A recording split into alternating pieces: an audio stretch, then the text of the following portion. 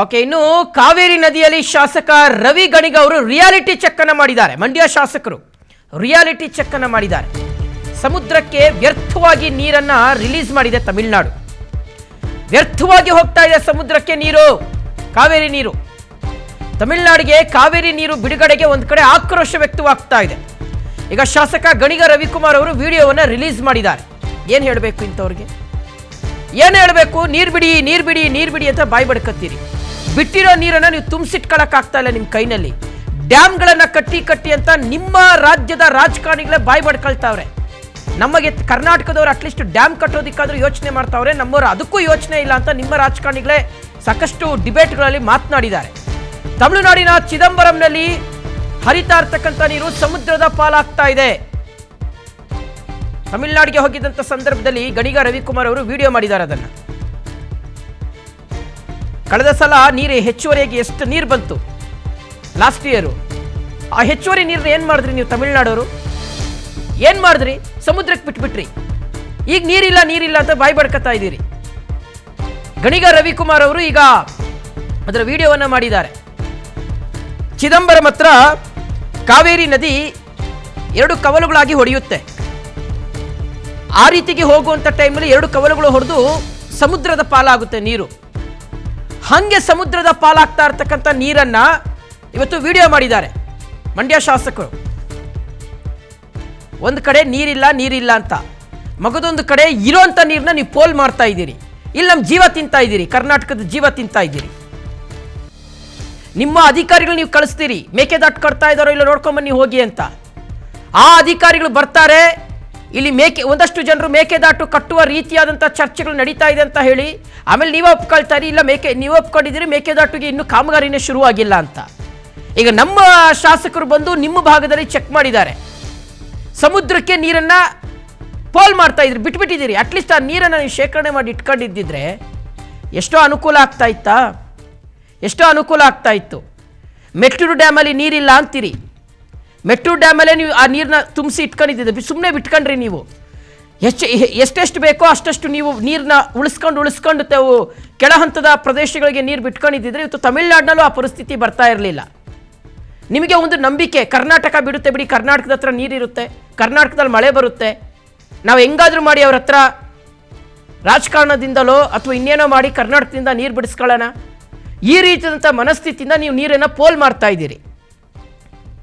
ತಮಿಳುನಾಡಿನಲ್ಲಿ ಸಮರ್ಪಕವಾಗಿ ಡ್ಯಾಮ್ಗಳ ವ್ಯವಸ್ಥೆಯನ್ನು ಮಾಡಿಕೊಳ್ಳದೆ ಇವತ್ತು ಕರ್ನಾಟಕ ಕಟ್ತಾ ಇರ್ತಕ್ಕಂಥ ಡ್ಯಾಮ್ಗೆ ನೀವು ಖ್ಯಾತೆ ತೆಗಿತೀರಲ್ಲ, ಏನು ಹೇಳಬೇಕು ನಿಮಗೆ? ಈ ಮಾತುಗಳನ್ನು ನಾವು ಹೇಳ್ತಾ ಇಲ್ಲ, ಕರ್ನಾಟಕದಿಂದ ಬರ್ತಾ ಇರ್ತಕ್ಕಂಥ ಮಾತಲ್ಲ. ಈ ಮಾತನ್ನು ಸ್ವತಃ ತಮಿಳುನಾಡಿನ ರಾಜಕಾರಣಿಗಳು ಮತ್ತು ನೀರಾವರಿ ಹೋರಾಟಗಾರರೇ ಹೇಳ್ತಾ ಇದ್ದಾರೆ. ಎಷ್ಟೋ ಡಿಬೇಟ್ಗಳಲ್ಲಿ ಹೇಳಿದ್ದಾರೆ ಈ ಮಾತನ್ನು. ತಮಿಳುನಾಡಿಗೆ ಯಾಕೆ ಇವತ್ತು ನೀರಿಗೆ ಸಂಕಷ್ಟ ಶುರುವಾಗುತ್ತೆ, ಕರ್ನಾಟಕದ ಮೇಲೆ ಯಾಕೆ ಪ್ರತಿ ಸಲವೂ ಅವಲಂಬಿತವಾಗಬೇಕಾಗುತ್ತೆ ನಾವು ಅಂದರೆ, ಸಮರ್ಪಕವಾಗಿ ನಾವು ಅಣೆಕಟ್ಟೆಗಳನ್ನು ಕಟ್ಕೊಂಡಿಲ್ಲ. ಕರ್ನಾಟಕನ ನೋಡಿ ಕಲಿಬೇಕು ಈ ಸಂದರ್ಭದಲ್ಲಿ ಅಂತ ನಿಮ್ಮ ರಾಜಕಾರಣಿಗಳೇ ಮಾತಾಡ್ತಾರೆ. ಮೆಟ್ಟೂರು ಡ್ಯಾಮ್ ಒಂದನ್ನು ಬಿಟ್ಟರೆ, ಭವಾನಿ ಸಾಗರ ಒಂದು ಬಿಟ್ಟರೆ ಇನ್ಯಾವುದು ನಿಮ್ಮ ಹತ್ರ ನೀರಿನ ಮೂಲ ಅನ್ನುವಂಥದ್ದಿಲ್ಲ. ನಾನು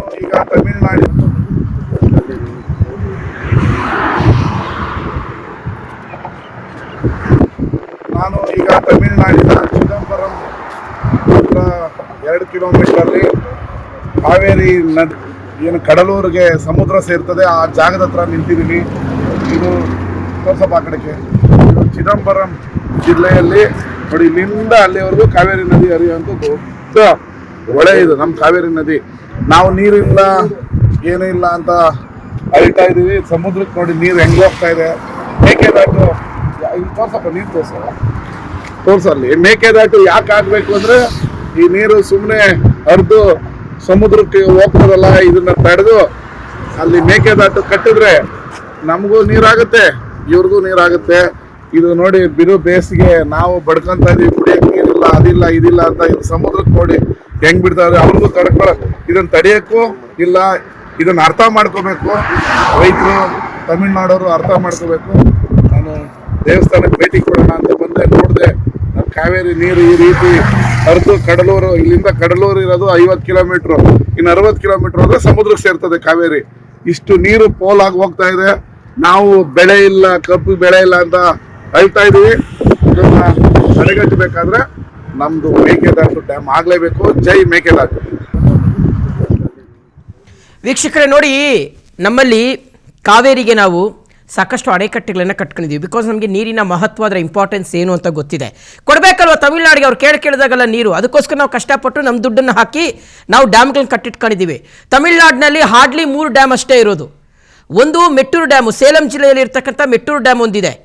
ಆಮೇಲೆ ಕಲ್ಲಣೈ ಅಂತ ಕರೀತಾರೆ. ಇದು 16ನೇ ಶತಮಾನದಲ್ಲಿ ಚೋಳರು ರಾಜರು ಆವಾಗ ಕಟ್ಟಿರ್ತಕ್ಕಂತಹ ಕಲ್ಲಣೈ ಡ್ಯಾಮ್ ಅಂತ ಒಂದು ಕಟ್ಕೊಂಡಿದ್ದಾರೆ. ಅದು ಹಳೇ ಕಾಲದ ಡ್ಯಾಮು. ಮಗದೊಂದು ಬಿಟ್ಟರೆ ಭವಾನಿ ಸಾಗರ ಡ್ಯಾಮ್. ಇದು 3 ಡ್ಯಾಮ್ ಬಿಟ್ಟರೆ ಇನ್ನು ತಮಿಳುನಾಡಲ್ಲಿ ಕಾವೇರಿ ವಿಚಾರಕ್ಕೆ ಸಂಬಂಧಪಟ್ಟಂತೆ ಬೃಹದಾಕಾರವಾಗಿ ಯಾವುದೇ ರೀತಿಯಾದಂಥ ಡ್ಯಾಮ್ ಇಲ್ಲ. ಆಮೇಲೆ ಒಂದು ವಿಚಾರ ಏನು ಅಂದರೆ, ಇವರಿಗೆ ಸೆಪ್ಟೆಂಬರ್ ಮೇಲೆ ಮಳೆ ಶುರುವಾಗುತ್ತೆ. ನಮ್ಗೆ ಅಷ್ಟರಲ್ಲಾಗಲೇ ಮಳೆ ಕ್ಷೀಣಿಸಿರುತ್ತೆ. ಕರ್ನಾಟಕದಲ್ಲಿ ಮಳೆ ಇರೋದಿಲ್ಲ. ಸೆಪ್ಟೆಂಬರ್ ಮೇಲೆ ಮಳೆ ಶುರುವಾಗುತ್ತೆ ಇವರಿಗೆ. ಅಟ್ಲೀಸ್ಟ್ ಆಗ್ಲಾದ್ರೂ ಆ ನೀರನ್ನು ತುಂಬಿಸಿಟ್ಕೊಳ್ಳೋಣ ಅಂತ ಒಂದು ಪ್ಲಾನ್ ಇದೆಯಾ? ಇಲ್ಲ. ಫೈನಲಿ ಏನು ಮಾಡ್ತಾರೆ, ಕರ್ನಾಟಕದ ಮೇಲೆ ಕಾಲು ಕೆರ್ಕೊಂಡು ಜಗಳಕ್ಕೆ ಬರ್ತಾರೆ. ತಮಿಳುನಾಡಿಗೆ ಕಾವೇರಿ ನೀರು ಹರಿಸಿದ್ರೆ ಕರ್ನಾಟಕ ಬಂದ್. ಕರವೇ ಪ್ರವೀಣ್ ಶೆಟ್ಟಿ ಬಣದಿಂದ ಉಗ್ರ ಹೋರಾಟದ ಎಚ್ಚರಿಕೆ. ಸರ್ಕಾರಕ್ಕೆ ಕರವೆಯ ಪ್ರವೀಣ್ ಶೆಟ್ಟಿ ವಾರ್ನಿಂಗ್ ಅನ್ನು ಕೊಟ್ಟಿದ್ದಾರೆ. ತಮಿಳುನಾಡಿಗೆ ಕಾವೇರಿ ನೀರು ಹರಿಸಿದ್ರೆ ಕರ್ನಾಟಕ ಬಂದ್ ಮಾಡ್ತೀವಿ.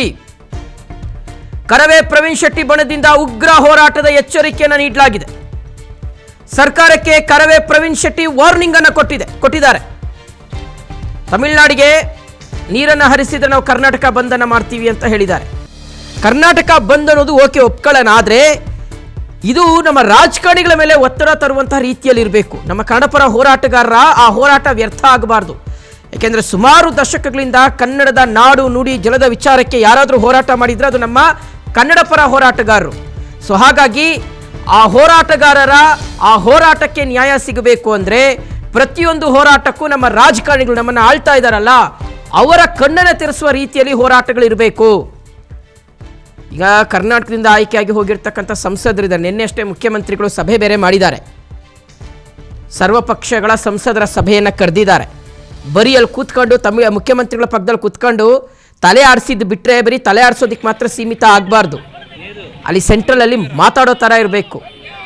ಆಮೇಲೆ ತಮಿಳ್ನಾಡಿಗೆ ಒಂದು ಸ್ವಲ್ಪ ಇದ್ರ ಬಗ್ಗೆ ಮನವರಿಕೆ ಮಾಡಿಕೊಡ್ಬೇಕು. ಅವ್ರಿಗೊಂದು ಸ್ವಲ್ಪ ಆತಂಕ ಇದೆ. ಅಲ್ಲಿನ ರಾಜಕಾರಣಿಗಳು ಬೇಳೆ ಬೇಯಿಸ್ಕೊತಾ ಇದ್ದಾರೆ ಬಿಡಿ, ಆದರೆ ಅಲ್ಲಿನ ರೈತರನ್ನು ತಪ್ಪುದಾರಿಗೆ ಎಳೆಯುವಂಥ ಕೆಲಸವನ್ನು ಅಲ್ಲಿನ ರಾಜಕಾರಣಿಗಳು ಮಾಡ್ತಾ ಇದ್ದಾರೆ. ಮೇಕೆದಾಟು ಯೋಜನೆ ಆಗೋಗ್ಬಿಟ್ರೆ ನಮಗೆ ಕೆಳ ಹಂತದ ಪ್ರದೇಶಗಳಿಗೆ ನೀರೇ ಬರೋದಿಲ್ಲ.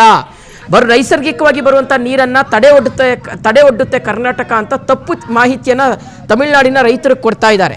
ಅದ್ರ ಬಗ್ಗೆ ಒಂದು ಸ್ವಲ್ಪ ಅಲ್ಲಿನ ರೈತರಿಗೆ ಮಾಹಿತಿಯನ್ನು ಕೊಟ್ಟರೆ, ಮನವರಿಕೆ ಮಾಡಿಕೊಟ್ರೆ ಬಹುಶಃ ಈ ರೀತಿಯಾದಂಥ ಸಮಸ್ಯೆಗಳಿಗೆ ಪರಿಹಾರ ಸಿಗುತ್ತೆ. ಆಮೇಲೆ ತಮಿಳುನಾಡಿನ ರೈತರು ಯಾರಾದರೂ ಅಲ್ಪ ಸ್ವಲ್ಪ ಕನ್ನಡ ಬರ್ತಾ ಇದ್ರಿ, ಸುದ್ದಿ ನೋಡ್ತಾ ಇದ್ರೆ ನಿಮ್ಮ ಸರ್ಕಾರಕ್ಕೆ, ನಿಮ್ಮ ತಮಿಳುನಾಡಿನ ಸರ್ಕಾರಕ್ಕೆ ಆಗ್ರಹ ಮಾಡಿ ಒಂದು ಡ್ಯಾಮ್ಗಳನ್ನು ಅಲ್ಲಿ ಕೆಳ ಹಂತದ ಪ್ರದೇಶಗಳಲ್ಲಿ ಹೆಚ್ಚುವರಿಯಾಗಿ ಇನ್ನೂ ಡ್ಯಾಮ್ಗಳನ್ನು ಕಟ್ಟಲಿಕ್ಕೆ ಅವಕಾಶ ಕೇಳಿ. ನೀವು ಆ ಡ್ಯಾಮ್ಗಳನ್ನು ಕಟ್ಟಲಿಕ್ಕೆ ಕೇಳ್ಕೊಳ್ಳಿ. ಯಾಕೆಂದರೆ ಡ್ಯಾಮ್ ಇಲ್ಲ ಅಂದರೆ ನೀರಿನ ನಾಳೆ ಪರಿಸ್ಥಿತಿ, ಯಾಕಂದರೆ ಜನಸಂಖ್ಯೆ ಜಾಸ್ತಿ ಆಗ್ತಾ ಇದೆ.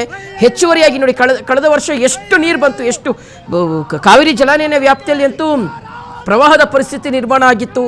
ಯಾವ ಪ್ರಮಾಣದಲ್ಲಿ ತಮಿಳುನಾಡಿಗೆ ನೀರು ಹರಿದು ಹೋಯಿತು. ಆ ನೀರನ್ನೆಲ್ಲ ಏನು ಮಾಡಿದ್ರು ತಮಿಳುನಾಡಿಗರು? ಏನು ಮಾಡಿದ್ರು? ಅದನ್ನು ಸಮುದ್ರಕ್ಕೆ ಬಿಟ್ಟರು. ಕಾವೇರಿ ನಿರ್ವಹಣಾ ಸಮಿತಿಗೆ ಎಚ್ಚರಿಕೆಯನ್ನು ಕೊಡ್ತಾ ಇದ್ದೀವಿ. ಕರ್ನಾಟಕದಲ್ಲಿ 20% ಮಳೆ ಇನ್ನೂ ಬಂದಿಲ್ಲ. ಎಲ್ಲ ಡ್ಯಾಮ್ಗಳು ಖಾಲಿ ಇದ್ದಾವೆ. ಕರ್ನಾಟಕದ ಜನರಿಗೆ, ಬೆಂಗಳೂರು ನಗರ ಜನರಿಗೆ ಕುಡಿಲಿಕ್ಕೆ ನೀರಿಲ್ಲ. ಇಂಥ ಸಂದರ್ಭದಲ್ಲಿ ಕಾವೇರಿ ನಿರ್ವಹಣಾ ಮಂಡಳಿ ತಮಿಳುನಾಡಿಗೆ ದಿನನಿತ್ಯ 3.5 ಕ್ಯೂಸೆಕ್ ನೀರನ್ನು ಬಿಡಿ ಅಂತ ಹೇಳುವಂಥದ್ದನ್ನು ತೀವ್ರವಾಗಿ ಕರ್ನಾಟಕ ರಕ್ಷಣಾ ವೇದಿಕೆ ಖಂಡಿಸ್ತಾ ಇದ್ದೀವಿ. ಈ ಕೂಡಲೇ ಸರ್ಕಾರ ದಿಟ್ಟವಾದ ನಿರ್ಧಾರವನ್ನು ತಗೋಬೇಕಾಗುತ್ತೆ. ಯಾವುದೇ ಕಾರಣಕ್ಕೂ ತಮಿಳುನಾಡಿಗೆ ನೀರನ್ನು ಬಿಡಬಾರ್ದು. ಇರುವಾಗ ನೀರನ್ನು ಬಿಟ್ಟಿದ್ದೀವಿ, ಇಲ್ಲದೆ ಇರುವಾಗ ಎಲ್ಲಿಂದ ನೀರನ್ನು ಬಿಡಲಿಕ್ಕಾಗುತ್ತೆ? ಏನಾದರೂ ಸರ್ಕಾರ ನೀರು ಬಿಟ್ಟಿದ್ದೇ ಆದರೆ ಎಲ್ಲ ರೈತ ಪರ ಸಂಘಟನೆಗಳು, ದಲಿತ ಪರ ಸಂಘಟನೆಗಳು, ಕನ್ನಡ ಪರ ಸಂಘಟನೆಗಳು ಒಟ್ಟಿಗೆ ಸೇರಿ ವಾಟಾಳ್ ನಾಗರಾಜ್ ಅವರ ನಾಯಕತ್ವದಲ್ಲಿ ಕರ್ನಾಟಕ ಬಂದ್ ಕರೆಯನ್ನು ಕೊಡಬೇಕಾಗುತ್ತೆ. ಎಚ್ಚರಿಕೆಯನ್ನು ಕೊಡ್ತಾ ಇದ್ದೀವಿ. ಬೆಂಗಳೂರು ನಗರದಲ್ಲಿ